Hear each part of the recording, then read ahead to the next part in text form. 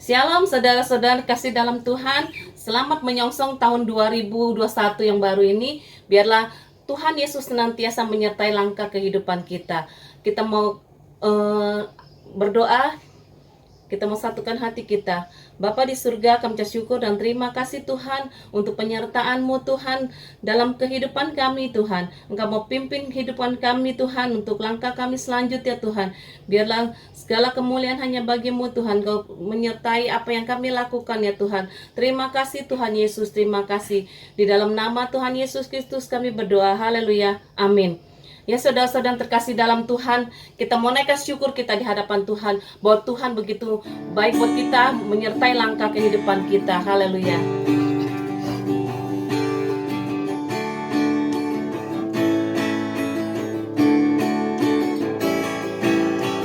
Segala puji syukur hanya bagi-Mu Tuhan, sebab Kau yang layak dipuja.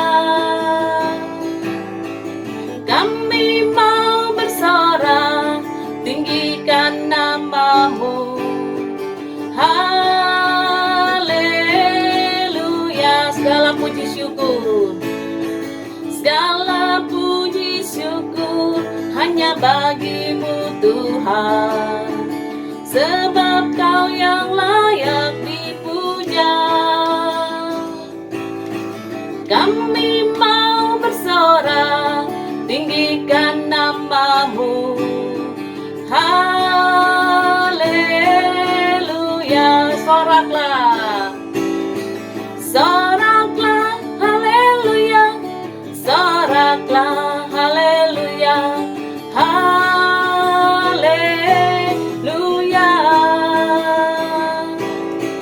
Soraklah, haleluya. Soraklah, haleluya. Haleluya. Segala puji syukur, segala puji syukur hanya bagi-Mu Tuhan, sebab Kau yang layak dipuja. Kami mau bersorak, kami mau bersorak, tinggikan nama-Mu. Haleluya. Soraklah, haleluya. Soraklah, haleluya. Haleluya. Soraklah, haleluya. Soraklah, haleluya. Haleluya. Soraklah, soraklah, haleluya. Soraklah, haleluya. Haleluya. Soraklah, haleluya. Soraklah, haleluya. Haleluya. Kita mau bersorak bagi Tuhan. Soraklah, haleluya. Soraklah, haleluya. Haleluya. Soraklah, haleluya. Soraklah, haleluya. Haleluya. Soraklah, soraklah, haleluya. Soraklah, haleluya. Haleluya. Soraklah, haleluya. Soraklah, haleluya. Haleluya. Haleluya.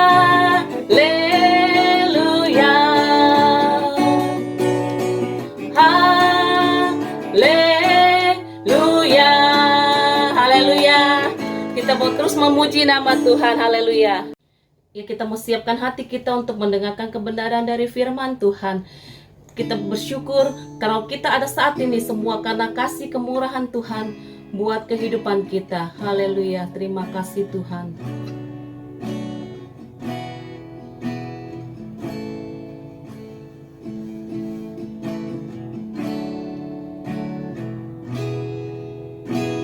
Ku ada sebab anugerah-Mu, ku ada karena kasih-Mu, Tuhan Yesus. Ku berterima kasih buat kasih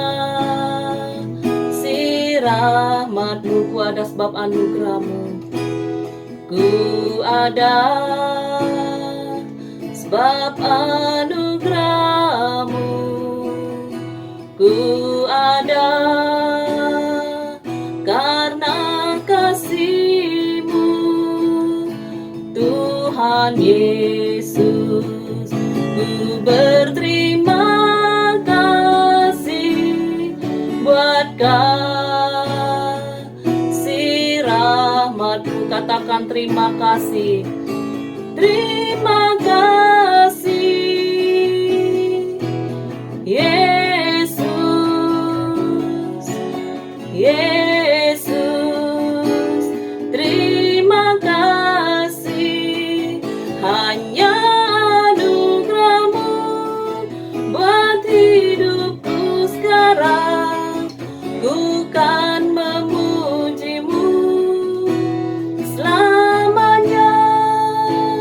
Kita bersyukur ya saudara, kalau kita saat ini ada karena kasih kemurahan Tuhan. Ku ada sebab anugerah-Mu, ku ada karena kasih-Mu, Tuhan Yesus. Ku berterima kasih buat kasih rahmat-Mu. Katakan terima kasih. Terima kasih Yesus, Yesus. Terima kasih, hanya anugerah-Mu buat hidupku sekarang. Ku kan memuji-Mu selamanya. Terima kasih Yesus, Yesus.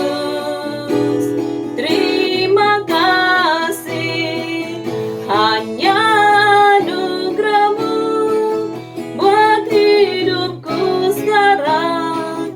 Ku kan memuji-Mu selamanya. Katakan terima kasih. Terima kasih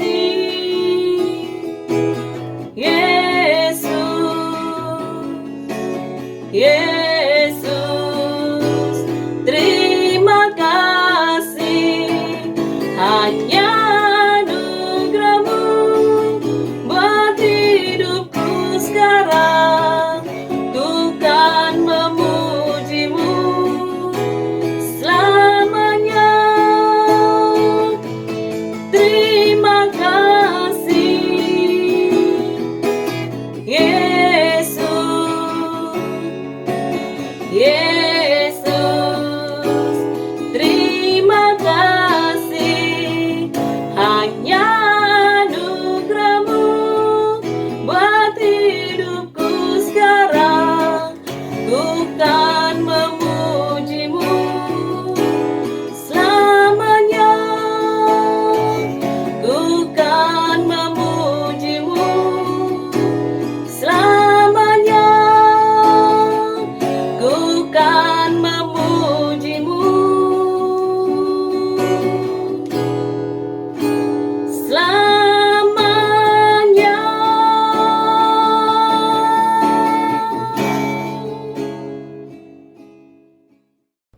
Ya, shalom semua. Selamat pagi para jemaat yang dikasihi Tuhan. Pagi hari ini senang ada di komunitas Bapak Ibu sekalian. sebuah gereja, yaitu Gereja Injil Kristus Telugong. Yang saya tahu gereja ini gereja yang luar biasa, gereja yang bertumbuh, dan gereja yang sangat menjadi berkat buat banyak orang. Saya percaya dalam situasi yang berat ini, gereja ini terus berperan, dan akan kedepannya kita akan lihat bahwa gereja ini kelak kemudian akan terus dipakai Tuhan untuk menjangkau orang-orang sekitar dan jiwa-jiwa yang baru. Nah, nama saya adalah Pastor Kiki. Saya juga aktif di sebuah organisasi pengusaha Kristen. Di samping itu saya juga mengembalai 2 buah komunitas. Ya, saya pakai komunitas karena untuk menjangkau orang-orang yang bukan Kristen. Karena komunitas itu namanya komunitas ngopi, atau satu lagi refresh. Jadi buat melayani orang-orang yang terhilang, ya, orang-orang yang punya masa lalu tidak baik, mereka yang baru keluar dari penjara atau rehab, dan itu yang kami layani di sana. Jadi saya mengembalakan 2 tempat ini. Nah, pagi hari ini saya ingin berbagi di dalam situasi yang menurut saya begitu berat, tekanan begitu berat. Saya berdoa supaya firman Tuhan siang hari ini, pagi hari ini, di minggu yang indah ini akan memberikan kita kekuatan. Karena saya percaya hanya Injil lah yang menjadi sumber kekuatan buat kita yang menyelamatkan. Jadi kekuatan itu kita dapati ketika kita mendengar Injil. Injil itu berbicara tentang Kristus. Injil itu berbicara tentang satu nama, satu pribadi, yaitu Tuhan yang menjadikan Yesus melalui firman-Nya dan ada di tengah-tengah kita semua. Dan hari ini oleh karena kasih Tuhan, maka kita boleh memanggil Dia ya Aba, ya Bapa. Dan hari ini mari kita dengarkan firman Tuhan di dalam situasi yang menurut saya mungkin seumur hidup saya atau sebelum-belumnya belum pernah terjadi hal yang begitu berat seperti hari ini. Ya, saya percaya. Nah, hari ini kita mau bagikan firman ini karena saya percaya firman Tuhan itu bekerja luar biasa atas hidup orang percaya. Ya, dengan kuasa ilahi, dengan kuasa Roh Kudus, kita semua akan dimerdekakan, kita semua akan diberikan kemenangan di dalam tekanan-tekanan yang terjadi dalam hidup ini. Saat ini terutama. Nah, khususnya untuk mereka yang belum masih bergumul. Khususnya mereka yang punya masalah, tidak pernah dapat solusi apapun, tidak pernah keluar. Ya, hari ini kita akan berbagi karena saya tahu banget ya, situasi ini membuat banyak anak-anak Tuhan itu tertekan, membuat anak Tuhan itu menjadi stres, membuat anak Tuhan menjadi takut di dalam situasi pandemi seperti ini. Ya, bahkan mereka banyak yang kecewa kepada Tuhan. Nah, hari ini kita mau belajar, saudara. Saya beri tema hari ini adalah rest. Ya, rest itu artinya istirahat, beristirahat. Dimana kita tahu bahwa sebetulnya anak-anak Tuhan itu, orang-orang percaya itu punya sesuatu yang berbeda dengan orang-orang beragama yang lain. Makanya hari ini saya ingin berbagi tentang istirahat ini, rest. Rest itu istirahat, artinya istirahat bukan berarti kita nggak melakukan apa-apa. Rest itu berarti kita mulai mempercayai segala sesuatu yang kita tidak bisa kerjakan, segala sesuatu yang menjadi beban kita, hidup kita yang begitu berat, kita menyerahkannya kepada Tuhan, mempercayakannya kepada Tuhan. Kita tetap melakukan aktivitas, kita tetap berkeluar, kita tetap bekerja, kita tetap berhubungan walaupun dengan distancing, ya, dengan membatasi ya jarak, saudara. Tapi itulah yang terjadi, bahwa kita harus belajar keluar dari zona ketakutan, kekhawatiran yang berlebihan.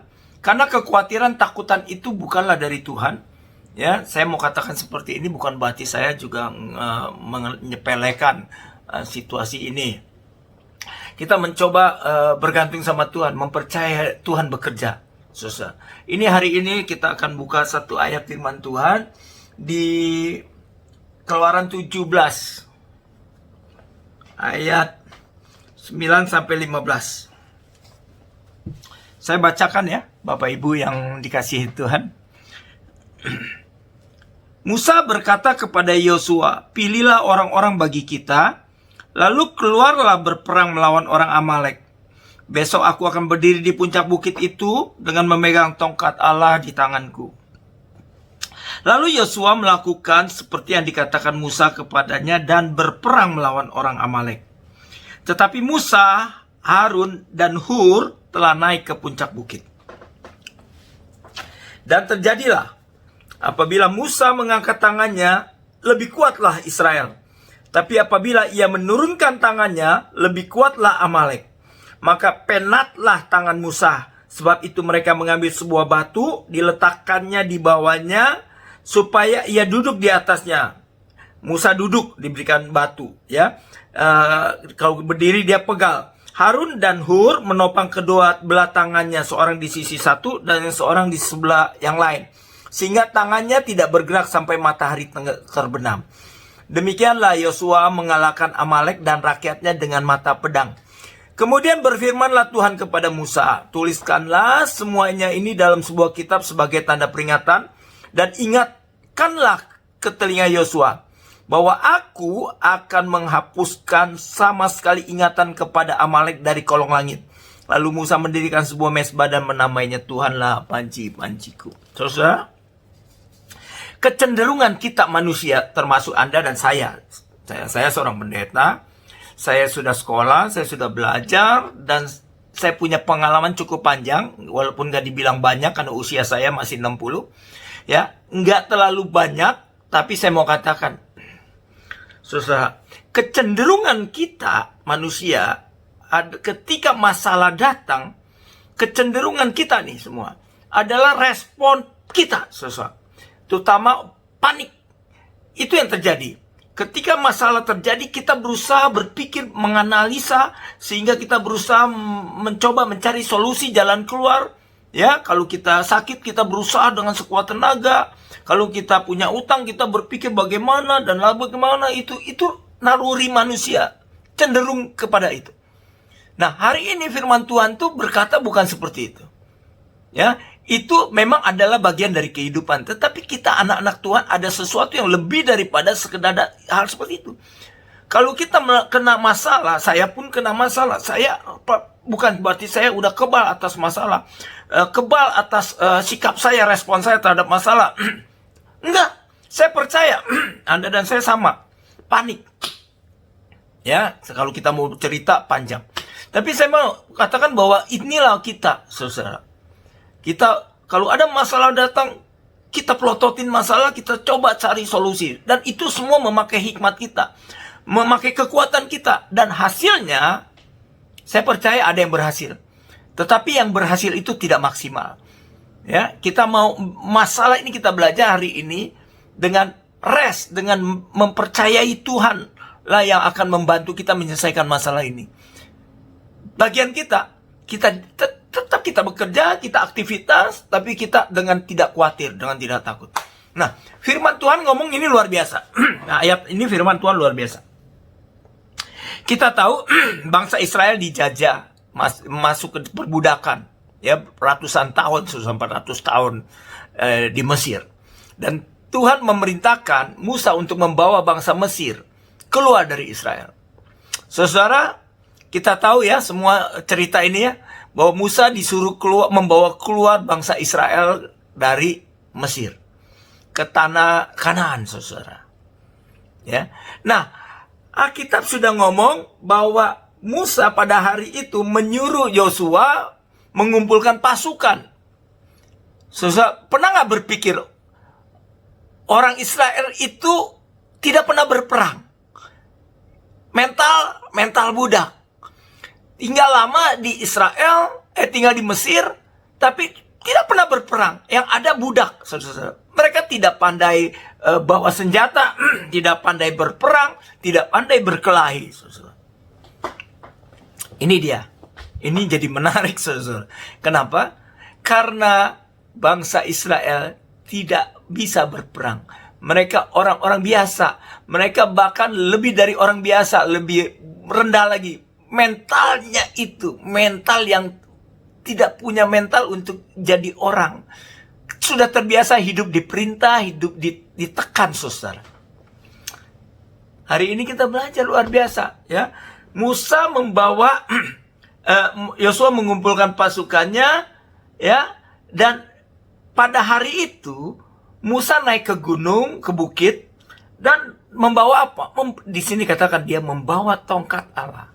Ini berbicara bahwa ada kuasa di dalam kehidupan setiap kita, untuk kita bisa mengerti bahwa Anda dan saya punya itu, punya otoritas itu. Dan kita tahu, bangsa Israel berperang. Ketika mereka berperang, Musa mengangkat tangannya sampai pegel, ya. Nah, Alkitab ngomong, ketika Musa mengangkat tangan tongkat itu, maka bangsa Israel menang, saudara. Tapi ketika Musa menurunkan tangannya, bangsa Israel kalah. Di sini kita tahu, saudara. Ya. Dan Alkitab juga mencatat bahwa yang menang akhirnya siapa? Bangsa Israel. Ini luar biasa. Bukan seorang budak, tapi Alkitab mengatakan bahwa Tuhanlah yang berperang buat bangsa Israel. Nah, ini kita mau tahu, ya, saudara. Nah, Alkitab itu ada tulisan bukanlah suatu nggak ada artinya. Setiap tulisan di Alkitab ada artinya. Bangsa Israel pada waktu itu keluar dari Mesir dan ketika itu sedang beristirahat di namanya apa, ya, di Rafidim, ya. Ya, betul nggak? Ya. Yesus Musa membawa bangsa Israel sedang beristirahat di suatu tempat namanya Rafidim. Berhenti di Rafidim. Ya. Nah, Rafidim ini istilahnya, Rafidim itu arti bahasa Ibraninya Rafidim itu artinya resting place, tempat beristirahat. Saudara, Anda mesti tahu, ya, bangsa Israel tidak cari gara-gara. Mereka tidak cari gara-gara. Mereka sedang istirahat di satu tempat. Nah, itu disebut namanya Rafidim. Rafidim dalam bahasa aslinya itu resting place, tempat peristirahatan. Ketika orang Israel tidak cari gara-gara, saudara. Sama Anda dan saya, kita tidak pernah cari masalah. Kita tidak pernah tahu hari ini terjadi demikian hebatnya pandemi. Kita nggak pernah. Kita lagi enak-enak, sedang menikmati hidup ini, sedang mencoba menikmati kehidupan. Kita tidak berusaha cari masalah, tetapi bangsa Amalek lah yang mencari masalah kepada bangsa Israel. Amalek dalam bahasa aslinya itu ada yang menerjemahkannya demikian. Amalek itu berarti kerja keras yang menyakitkan. Jadi si iblis itu gak suka kalau anak-anak Tuhan tuh rest, mempercayai hidupnya kepada Tuhan. Gak suka dia. Dia maunya kita kerja keras. Ayo berusaha terus buat seperti untuk Tuhan. Padahal Tuhan sudah mati buat kita. Dia mati di atas kayu salib. Dia menebus, membayar semua utang dosa kita lewat darahnya, pengorbanannya. Supaya kita menikmati apa yang dia kerjakan via kayu salib. Dan kita dibodohi oleh dunia ini, oleh si iblis itu. Bagaimana lu bisa menang kalau lu gak lakukan sesuatu? Agama tuh seperti itu. Lakukan sesuatu supaya Tuhan mau lakukan sesuatu buat kita. Tapi kekristenan bukan itu. Kekristenan berbicara tentang Tuhan yang mencari kita, bukan kita yang mencari Tuhan. Tuhan yang mencari kita. Makanya ini luar biasa. Hari ini, malam hari ini, siang hari ini kita mau belajar luar biasa. Ya, bahwa tidak pernah kita cari gara-gara, kita tidak pernah cari masalah dengan orang-orang sekitar. Kita lihat, kita perhatikan anak-anak Tuhan. Ya, kadang-kadang masalah datang di saat kita sedang santai, sedang menikmati hidup ini. Kita tidak pernah mencari-cari masalah. Tapi sekali lagi, si iblis lah yang mencari masalah dengan anak-anak Tuhan. Masalah datang dengan sendirinya. Nah, kita responnya, kita panik. Di awal pandemi ini juga saya panik. Gimana nggak panik, saudara? Baru buka salon 2 bulan. Baru buka salon saya usaha 2 bulan. Di satu tempat yang bagus, yang baru. Baru menikmati. Anda tahu, tiba-tiba tidak boleh buka. Sebagai manusia biasa, saya panik, saudara. Karena mengingat satu dan lain hal. Karyawan, dana yang dibuang, yang sudah dimodal, jadi inventaris, beli-beli segala macam. Dan karyawan saya yang 10 orang itu. Dan saya negatif berpikirnya. Gimana gua kehidupan ke depan?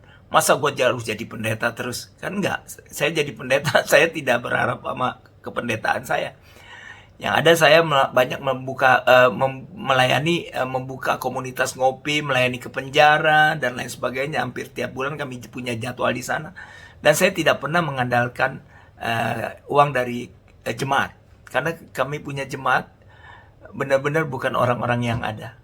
Orang-orang yang hancur, kalau setengah hati saya bilang sih, orang-orang yang sudah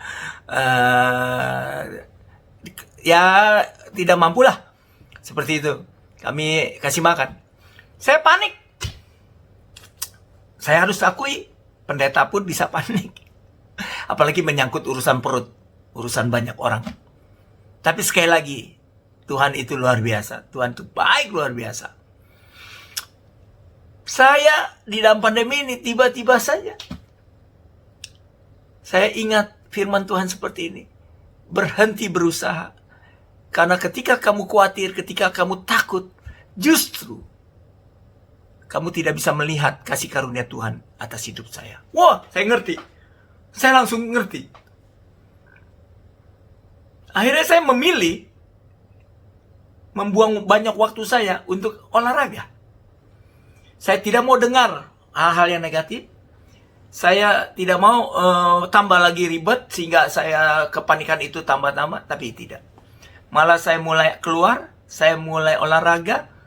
Dan di olahraga itu ketika saya jalan, ya, jemur dan lain sebagainya, saya malah membangun hubungan saya dengan Tuhan, dengan Roh Kudus luar biasa. Dan puji Tuhan, yang saya khawatirkan tidak pernah terjadi. Malah saya mau katakan, berkat Tuhan itu melimpah atas saya pada saat pandemi. Lucu ya? Satu salon tutup selama 3 bulan. Tapi saya aneh bin ajaib, penghasilan yang saya dapat di pandemi itu. Harus saya ngomong ya. 3 kali lipat dari pendapatan saya ketika saya masih buka salon. Saya sendiri heran, uang itu dari mana? Berkat itu. Anda mau tahu? Saya pandemi, saya buka salon, tapi tanpa bayar. Saya dikasih kesempatan untuk buka tempat di tempat tinggal saya di apartemen. Kenapa saya harus buka di sana? Karena orang pengurus apartemen minta saya menggunting rambut mereka semua. Kenapa? Karena mereka itu sudah nggak berani keluar. Sementara sama saya mereka percaya. Kenapa? Saya juga nggak percaya. Nggak tahu. Mereka percaya. Kenapa? Karena saya sama-sama mereka setiap hari jalan-jalan. Jalan pagi maksudnya. Ya ini luar biasa. Jadi kasih tempat. Malah yang lucu. Salon saya tutup karena pandemi, tapi buka di sini. Dan saya punya klien baru luar biasa banyak. Ini yang saya bilang bahwa Tuhan itu nggak akan pernah diam ketika kita mengucap syukur. Firman Tuhan udah jelas, mengucap syukurlah dalam segala sesuatu. Karena ketika kita mengucap syukur, kita sedang tidak khawatir. Luar biasa ucapan syukur itu. Kalau Anda bisa paham ini. Karena kita punya sesuatu yang berbeda dengan manusia-manusia dunia. Kita ada Roh Kudus, kita ada satu ciptaan Tuhan yang luar biasa. Ketika kita mengucap syukur kepada Tuhan dan berkata, Tuhan baik, Tuhan baik. Maka otomatis kita akan mengalami suatu perubahan di dalam jasmani kita. Bukan di dalam jasmani aja. Roh Tuhan, roh yang di dalam alam roh itu akan terwujud dalam hidup kita. Kerinduan anak-anak Tuhan akan terjadi. Janji Tuhan mulai kita menikmati. Sehingga kita pada saat-saat pandemi ini, kita bisa berkata, wow, Tuhan luar biasa. Saudara-saudara, Mau tidak mau, saudara, saat ini saya mau meminta kepada Anda untuk mengangkat tangan Anda. Mengangkat tangan Anda itu bukan berarti diam ya. Rest itu bukan berarti kita diam. Menyerahkan semuanya kepada Tuhan. Tidak, saudara. Saya tetap bekerja, saya malah super duper sibuk hari-hari itu, hari-hari ini. Orang-orang salon tutup, saya super sibuk. Tiba-tiba saya khotbah banyak melalui Zoom. Dan tiba-tiba orang-orang di dalam pandemi ini, masa pandemi ini, banyak katanya keluarga-keluarga bercerai. Betul kan? Tapi saya dalam pandemi ini ada 3, akan menyusul 2 lagi. 3 menikahkan orang. Luar biasa. Jadi saya mau ngomong seperti ini, saya mau berbagi pada Anda. Ketika kita berusaha pakai dengan kekhawatiran kita, ketakutan kita bekerja dengan rasa takut dan khawatir, kita akan capek. Bukan tambah dimerdekakan, bukan mendatangkan damai sejahtera, malah mendapatkan ketakutan, tekanan, dan stres. Dan ketika stres dan tekanan itu datang, kita tahu tubuh kita akan menjadi lemah. Ini luar biasa. Saudara, Anda tahu angin puting beliung? Ya, di luarnya kelihatannya sibuk, saudara. Kelihatannya. Tapi kalau Anda masuk ke tengah-tengah puting beliung, di situ sunyi, tenang. Nah, demikian juga Anda dan saya. Harusnya ya kita tenang, saudara. Di luar sana, di sekitar kita boleh orang bicara apa saja. Boleh berisik kayak apa, pandemi apa segala. Tapi kita di dalam kita harus tenang. Kenapa? Karena kita hanya bisa atur diri kita yang di dalam. Di dalam pikiran, di dalam hati kita. Kita tidak bisa mengubah orang sekitar kita. Kita tidak bisa mengubah masalah. Kita tidak bisa mengubah orang-orang yang mencoba mengambil keuntungan dari kita. Kita tidak bisa mencoba, tidak bisa menahan mereka, merubah mereka. Keberisikan mereka, kita hari ini kita lihat di TV, berisiknya setengah mati. Tapi saya mau katakan, kita harus tenang yang di dalam. Kita nggak bisa atur orang lain, kita nggak bisa atur situasi orang lain, kita nggak bisa atur keadaan di sekitar kita, tapi kita di dalam kita harus tenang. Tenang itu artinya gini, kita menyerahkannya, kita rest. Saudara, ya, kalau orang Kristen berkata begini, kita kerja dulu, nanti baru rest. Selesaikan masalah dulu, nanti baru kita istirahat. Itu orang dunia, bro. Kekristenan bukan seperti itu. Mari kita buka ya. Apa ya? Ya, Matius kalau nggak salah. Matius. Kita buka di Matius. Ini luar biasa nih ayat nih. Matius 22 ayat 44. Ya, saya bacakan ya. Tuhan telah berfirman kepada Tuanku, duduklah di sebelah kananku, sampai musuh-musuhmu ku taruh di bawah kakimu. Ingat ya, Yesus terangkat ke surga, naik dan duduk di sebelah kanan Allah Bapa. Dan Tuhan berkata kepada Yesus, duduklah, sampai ku taruh musuh-musuhmu di kakimu. Saudara, saya cuma mau ingatin lagi, bangsa Israel melawan bangsa Amalek, bukan masalah orang Israel yang mencari gara-gara, tapi orang Amalek yang cari gara-gara. Dan akhirnya kita tahu yang menangkan perang siapa? Orang Israel. Siapa yang menang? Yang berperang buat orang Amalek, buat orang Israel maksudnya. Tuhan. Kita itu cenderung mau melawan. Kita itu cenderung kalau kita diserang, kita respon balik. Kalau bisa kita balas. Ketika kita ditipu, kita marah-marah, nyalain. Ketika kita beli barang sesuatu, ternyata ada komplain, kita cari alasan untuk minta ganti dan lain-lain sebagainya. Itu kita respon kita. Tapi respon buat orang Kristen nggak seperti itu. Respon Kristen itu biarkan. Kita ingat, kita anak Tuhan. Kita punya sesuatu, biarkan. Kalau kita nggak bisa respon, kita nggak bisa melawan, kita ditekan, difitnah, dianiaya, sudah, lupakan. Jangan sampai Anda stres. Ampuni, gampang. Serahkan Tuhan. Sampai Tuhan berkata, bukannya kamu yang menang dulu berperang, baru istirahat. Tidak. Banyak orang Kristen begitu. Bagaimana mungkin gue melayani kalau gue belum punya uang, bekerja, belum dapat uang, bagaimana? No, bukan seperti itu. Sampai kapan kamu punya uang baru bisa melayani? Nggak pernah cukup.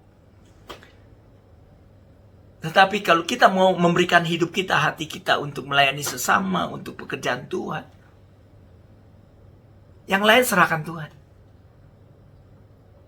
Sampai ku taruh musuhmu di kaki. Jadi kamu rest aja.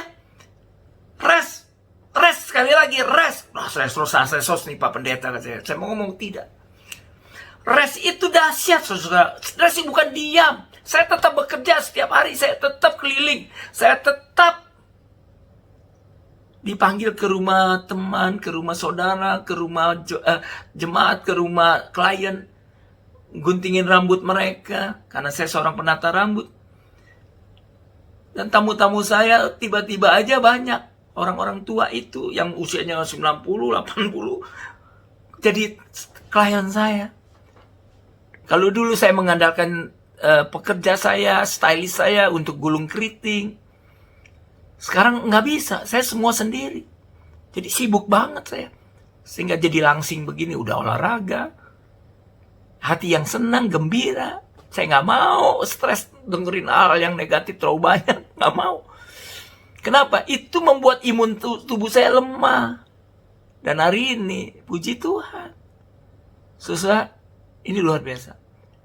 Kita mesti tahu janji Tuhan atas hidup kita. Bahwa Dia berkata, jangan takut. Jangan khawatir. Pernah nggak ya?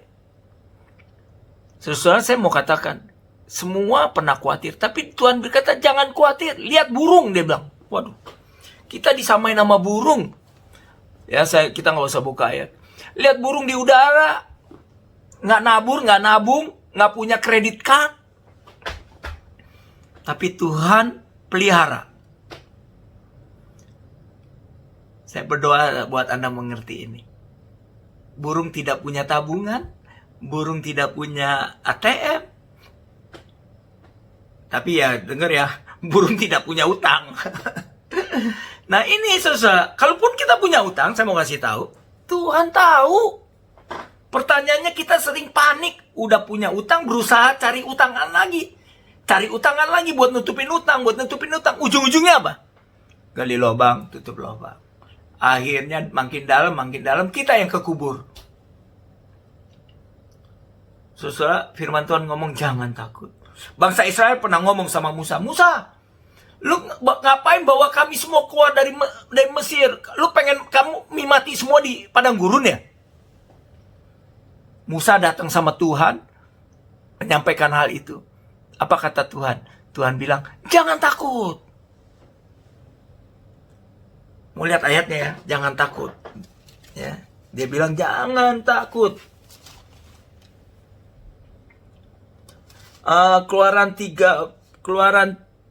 14 ayat 13. Tetapi berkatalah Musa kepada bangsa itu, janganlah takut, berdirilah tetap dan lihatlah keselamatan dari Tuhan yang akan diberikannya pada hari ini kepadamu. Sebab orang Mesir yang kamu lihat hari ini tidak akan kamu lihat lagi untuk selama-lamanya. Ya, ayat 14, Tuhan yang akan berperang untuk kamu dan kamu akan diam saja. Saudara, masa pandemi ini saudara, banyak orang takut. Saya bukan bilang saya nggak takut. Awalnya saya takut.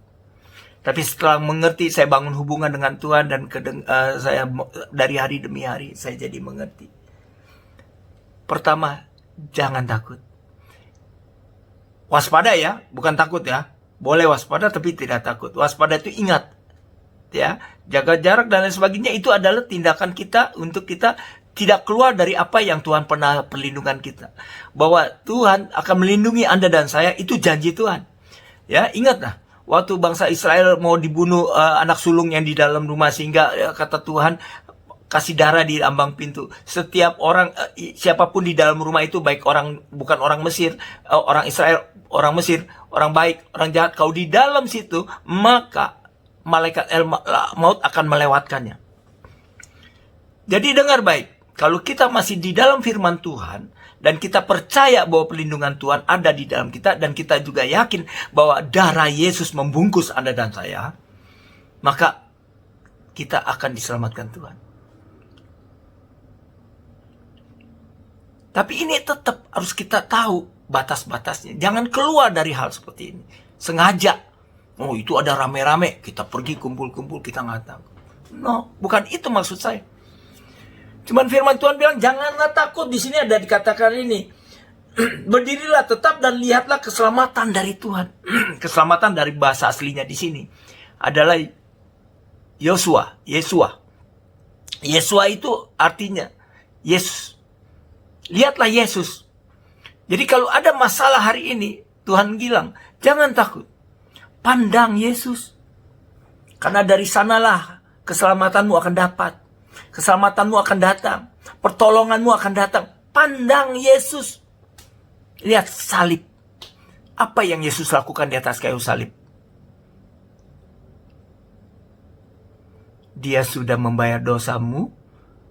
Dia sudah mengangkatmu menjadi anak-anaknya. Dan kamu akan diselamatkan. Amin. Mari kita berdoa. Makasih Tuhan untuk firman Tuhan pagi hari ini. Berkati jemaat gereja ini. Kami tahu Pak Gembala menggembalakan dengan luar biasa. Sehingga jemaat ini bertumbuh. Saya merasakan itu. Walaupun saya cuma beberapa kali di sana. Di gereja ini. Tapi saya menemukan bahwa gereja ini gereja yang luar biasa. Punya hati yang luar biasa. Berkati mereka. Berkati Gembala, keluarga besar mereka. Dan kami berdoa untuk jemaat ini. Jauhkan mereka dari mara bahaya. Mungkin perlindungan mereka atas mereka kau tambahkan malaikat-malaikat. Jauhkan mereka dari hal yang tidak baik. Kami berdoa semua, naikkan segala pujian, hormat hanya untuk Engkau. Di dalam nama Tuhan Yesus Kristus. Amin. Ya, kita sudah mendengarkan kebenaran dari firman Tuhan. Biarlah firman Tuhan boleh menjadi kekuatan buat kehidupan kita. Saya juga akan membacakan pengumuman gereja. Shalom saudara terkasih dalam Kristus. Berikut adalah pengumuman Gereja Injil Kristus dalam sepekan. Pengumuman ibadah raya. Ibadah raya akan dilaksanakan secara online pada pukul 10 pagi. Link ibadah dapat diakses mulai pukul 9 pagi di grup komisi masing-masing dan di grup penata layanan. Ya, kita mau akhiri ibadah pada saat ini. Kita mau katakan sebab Kau yang layak terima pujian. Haleluya.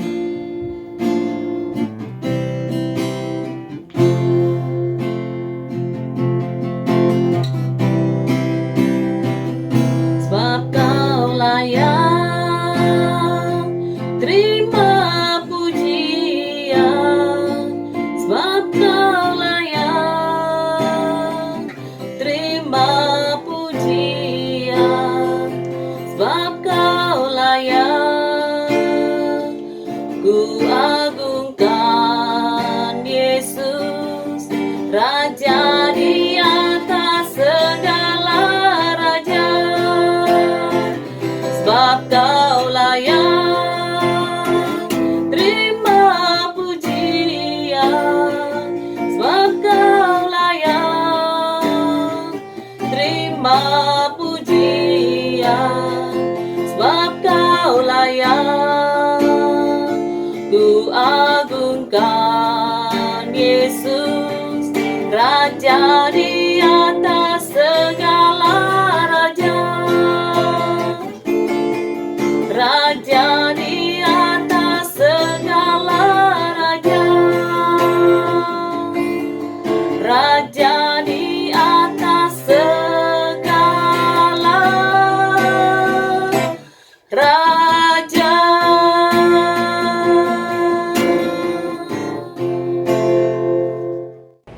Saudara-saudara yang di rumah, terimalah berkat dari Allah Bapa, Allah Anak, Allah Roh Kudus, yaitu Tuhan Yesus Kristus yang selalu menyertai kita dari sekarang sampai Maranatha.